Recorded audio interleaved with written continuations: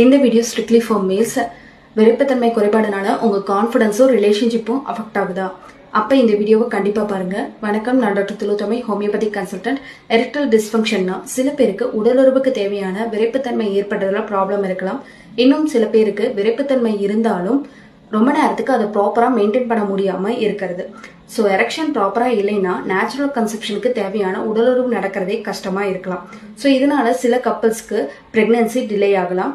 Erectile டிஸ்ஃபங்க்ஷன்ங்கிறது ஒரு disease இல்லை. இது diabetes, stress, obesity, smoking, alcohol, hormonal imbalances, இந்த மாதிரி பல ரீசன்ஸ்னால வரலாம். ஸோ அதனால ப்ராப்பர் எவாலுவேஷன் ரொம்ப முக்கியம்.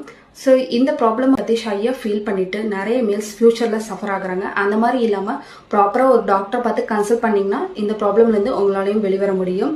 ஸோ ஹோமியோபதியில் எரெக்டல் டிஸ்ஃபங்க்ஷனுக்கு ரொம்பவே எஃபெக்டிவான மெடிசன்ஸ் இருக்குது. ஸோ ஸ்க்ரீனில் தெரியிற நம்பருக்கு கான்டாக்ட் பண்ணி அப்பாயின்மெண்ட்ஸை புக் பண்ணிக்கோங்க.